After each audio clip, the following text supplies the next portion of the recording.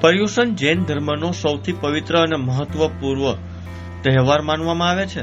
આ પર્વ માત્ર ધાર્મિક જ નહીં પરંતુ વૈજ્ઞાનિક અને આરોગ્યની દ્રષ્ટિએ પણ અત્યંત લાભદાયક છે. એમડી ફિઝિશિયન્સ અને મેટાબોલિક હેલ્થ એક્સપર્ટ ડોક્ટર વંદન કાનાબાર જણાવે છે કે પર્યુષણ દરમિયાન કરવામાં આવતો ઉપવાસ શરીર માટે એક કુદરતી દવા સમાન છે.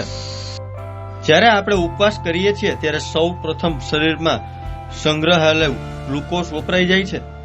આશરે પહેલા 12 કલાકમાં શરીર ગ્લુકોઝનો ઉપયોગ કરે છે, પરંતુ તેના પાછળના 12 કલાકમાં શરીર ફેટને ઉર્જા માટે વાપરવાનું શરૂ કરે છે. આ પ્રક્રિયા શરીરની વધારાની ચરબીને ગાળે છે અને શરીરને હળવું બનાવે છે.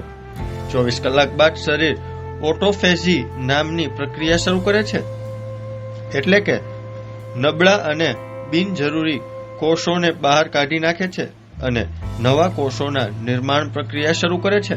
નમસ્કાર, હું ડોક્ટર વંદન કાનાબાર, એમડી ફિઝિશિયન અને મેટાબોલિક હેલ્થ એક્સપર્ટ. આજે આપણે વાત કરવા જઈ રહ્યા છીએ પર્યુષણના પવિત્ર પર્વની. આ એવો પર્વ છે કે જ્યારે તમારા શરીરમાં નવનિર્માણ થતું હોય છે.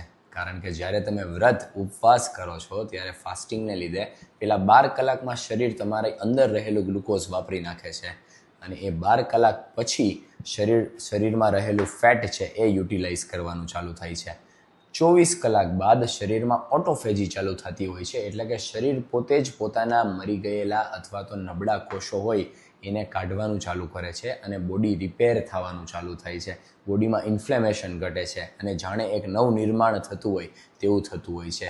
એટલે જ ઘણીવાર જે લોકો વારંવાર વ્રત ઉપવાસ કરતા હોય છે તેમાં તમે જોયું હશે કે તે લોકો સતર્ક ઘણા હોય છે, એક તેજસ્વીતા તેમનામાં અનુભવાતી હોય છે. અને આયુર્વેદમાં પણ ઘણીવાર અમુક આયુર્વેદના વૈદ કેન્સરના દર્દીઓને ઉપવાસ કરવાનું સજેસ્ટ કરતા હોય છે.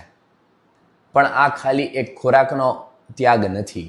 આમાં આપણે ત્યાગ કરવાનો હોય છે આપણા અહંકારનો, આપણા મમત્વનો, આપણા માનનો અને સાથે સાથે ઈર્ષ્યા, તૃષ્ણા જેવા દુર્ગુણોનો. કારણ કે સાયન્સ મુજબ જ્યારે તમે કોઈને ક્ષમા આપો છો ત્યારે તમારા શરીરમાં કોર્ટિસોલ છે એ ઘટે છે, જે સ્ટ્રેસ હોર્મોન છે. અને સાથે સાથે સેરોટોનિન કે જે ગટમાં રહેલો અને ત્યાંથી બ્રેઇન પર ઇફેક્ટ આપતો હેપી હોર્મોન છે તે છે એ ઇમ્પ્રૂવ થતો હોય છે, જેનાથી તમે આનંદિત રહો છો.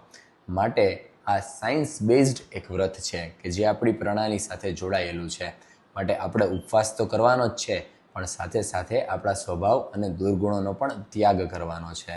તો તમારા વાલાને સૌને આપણે કહેશું મિચ્છામી દુક્કડમ, અને મારા તરફથી પણ આપને મિચ્છામી દુક્કડમ.